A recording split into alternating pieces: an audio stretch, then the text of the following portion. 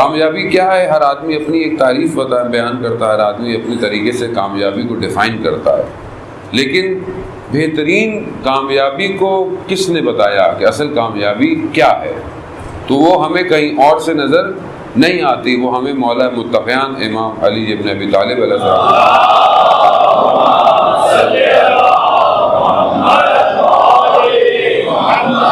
وہ امام کے اپنے جو کلام ہے، امام کی اپنی جو گفتگو ہے، وہیں سے نظر آتا ہے کہ کامیابی کیا ہے، کیا کامیابی ہے۔ امام مسجد میں جب ضربت کھاتے ہیں تو کیا کہتے ہیں؟ فزت برب الکعبہ، رب کعبہ کی قسم آج میں کامیاب ہو گیا۔ یعنی کامیابی کیا ہے؟ مولا کائنات، جنگ احد، جنگ بدر، جنگ خندق، ہر جگہ امام کامیابی حاصل کر رہے ہیں، یہ کامیابی ہے۔ لیکن امام کامیابی کس کو کہہ رہے ہیں؟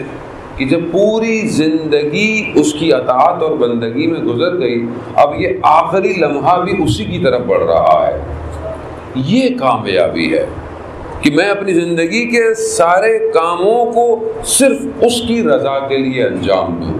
اگر میرے کام اس کی طرف مجھے لے کر چل رہے ہیں تو میں کامیاب ہوں، لیکن اگر میرے دنیا میں بڑی بڑی کامیابی حاصل کر لوں، بڑی بڑی ڈگری حاصل کر لوں، بڑی بڑی نوکریاں کر لوں، بہت کچھ حاصل کر لوں، مگر رضا الہی اس سے دور ہے، خدا کی طرف بڑھنے کے بجائے میں کسی اور طرف بڑھ رہا ہوں، تو میں کامیاب نہیں ہو رہا۔ یہ کامیابی ظاہری اور مادی کامیابی ہے۔ اب اس میں بری بات نہیں ہے کہ ہم دنیا میں ترقی نہ کریں، دنیا میں کام نہ کریں، نہیں کریں، لیکن میں ان سب چیزوں کو حاصل کرتے ہوئے اطمینان نہ پاؤں۔ اطمینان کس پر پاؤں؟ کہ میرے ان سارے کاموں سے میرا رب راضی ہو۔ اگر تو میں دیکھ رہا ہوں کہ میں بہت اچھا ڈاکٹر بن رہا ہوں، میں بہت اچھا انجینئر بن رہا ہوں، میں بہت اچھی پڑھائی کر رہا ہوں، میرا رزلٹ بہت اچھا آ رہا ہے، میں کام اچھا کر رہا ہوں، میں سب، لیکن یہ ساری کامیابی کہ میں بہت اچھا بزنس ہے، میں بہت اچھی نوکری کر رہا ہوں، میں کھا رہا ہوں، کما رہا ہوں، لیکن کیا یہ سارے معاملات کیا مجھے خدا کی عبادت سے غافل تو نہیں کر رہے کہیں؟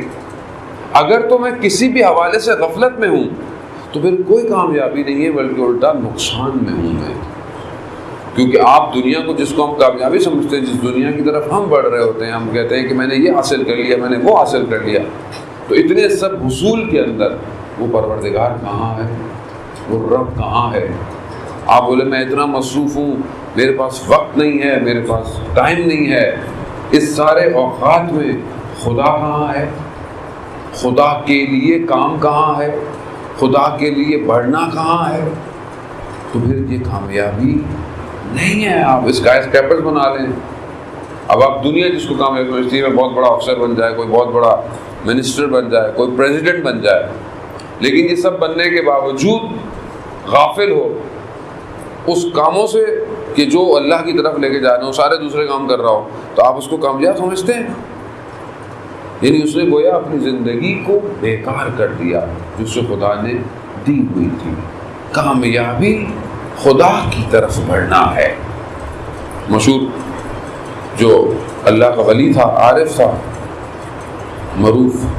معروف بلخی خرقی کے نام سے مشہور تھا، اپنے بستر پر سویا ہوا ہے اور چھت پہ جو ہے وہ چلنے کی آوازیں آ رہی ہیں، مٹی بھی گری چھت سے، تو شاید میں نیند ہے کچھ، لیکن جب اس نے دو چار کروٹ لی، دیکھا مٹی جو ہے وہ گر رہی، تو اس نے کہا محسوس کیا کہ کوئی ہے، کہا کون ہے؟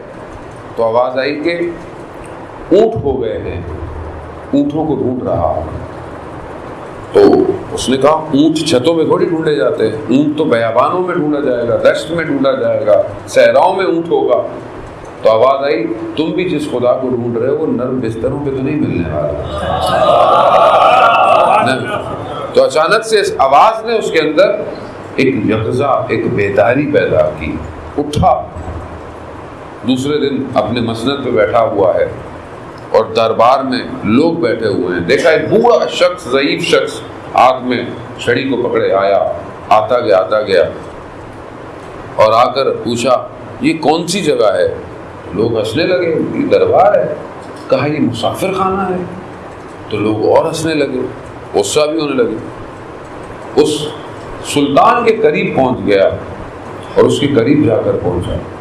اس نے اس سے پوچھا کہ بزرگ آپ کی کیا چاہیے, کوئی ضرورت ہے, میں آپ کی پوری کر سکتا ہوں.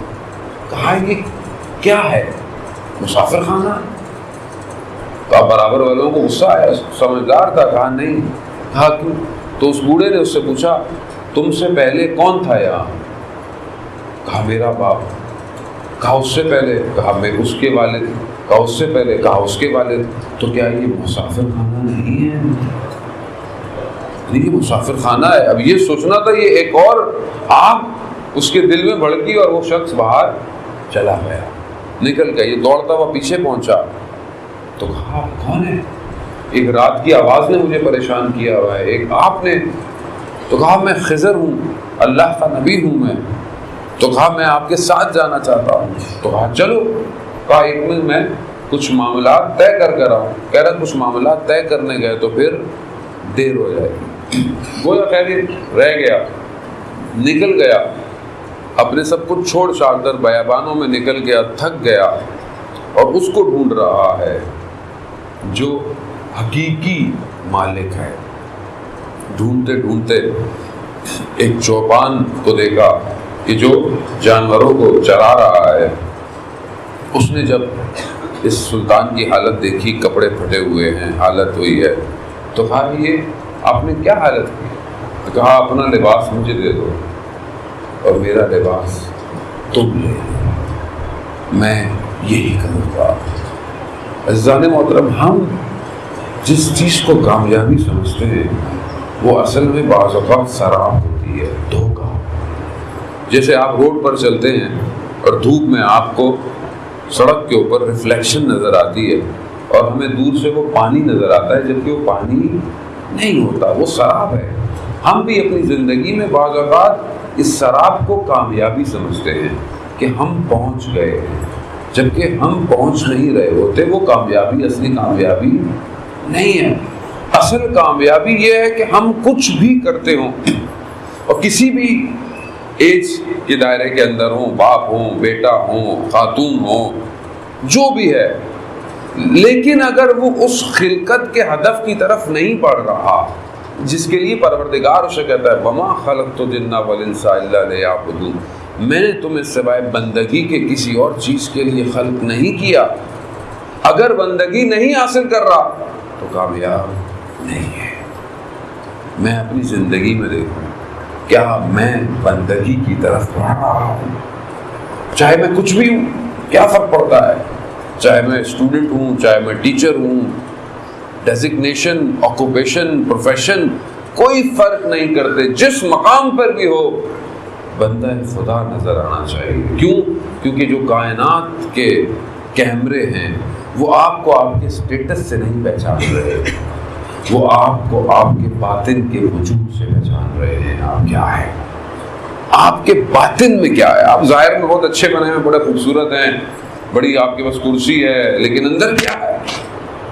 اندر کا نظام کائنات دیکھ رہی ہے اندر سے کیسا ہے. اور اسی اندر کی اصلاح کے لیے پروردگار نے اپنے انبیاء کو بھیجا, اپنے ائمہ کو بھیجا, ہادی کو بھیجا.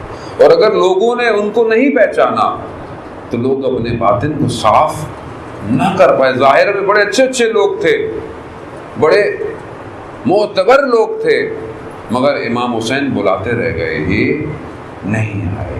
کیوں نہیں آئے؟ کیونکہ ظاہر میں کچھ بھی تھے, باطن میں انسان نہیں تھے. یہی تھا امام حسین علیہ السلام نے کیا فرمایا اپنے خطبوں میں جب سامنے ان کو خطاب کرتے ہوئے کہ تمہیں میری باتیں سمجھ میں نہیں آئیں گی. کیوں نہیں آئیں گی؟ کیوں؟ کیونکہ تمہارے شکم کے اندر حرام لقمے بھرے ہوئے ہیں. یعنی گویا تم بندگی نہیں کرے. جب انسان اللہ کے احکامات کو بجا نہ لائے تو وہ بندہ نہیں ہے. بندہ کس کو کہتے ہیں؟ غلام. اوبیڈینس. کس کا اوبیڈینس ہے؟ کس کا غلام ہے؟ وہ جس کے احکامات پہ عمل کر رہا ہے, جس چیزوں پہ عمل کر رہا ہے, جو چیزیں حاکم ہیں, حکومت کرتی ہیں اس کی زندگی کے اوپر, وہ اسی طرح چل رہا ہے. گھر میں باپ حاکم ہوتا ہے, گھر کا نظام اگر باپ کے کہنے پر نہ چلے تو باپ کی کیا اہمیت ہے گھر میں؟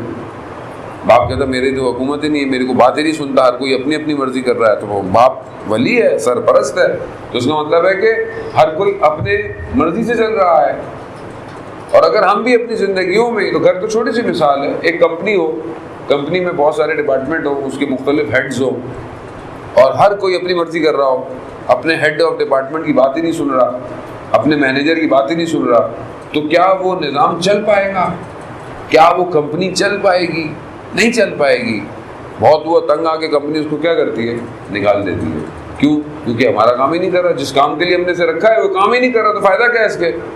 مگر خدا کتنا رحمان ہے، ہم کتنی غفلتیں کرتے ہیں، کتنی کوتاہیاں کرتے ہیں، کتنی نافرمانیاں کرتے ہیں، مگر وہ پھر بھی ہمیں اپنی بندگی سے باہر نہیں نکال رہا، نہیں نکال رہا۔ وہ پھر بھی کہہ رہا ہاں یہ میرا بندہ ہے، امید ابھی معافی مانگ لے گا، ابھی استغفار کر لے گا، ابھی پلٹ آئے گا، خدا سزا نہیں دے۔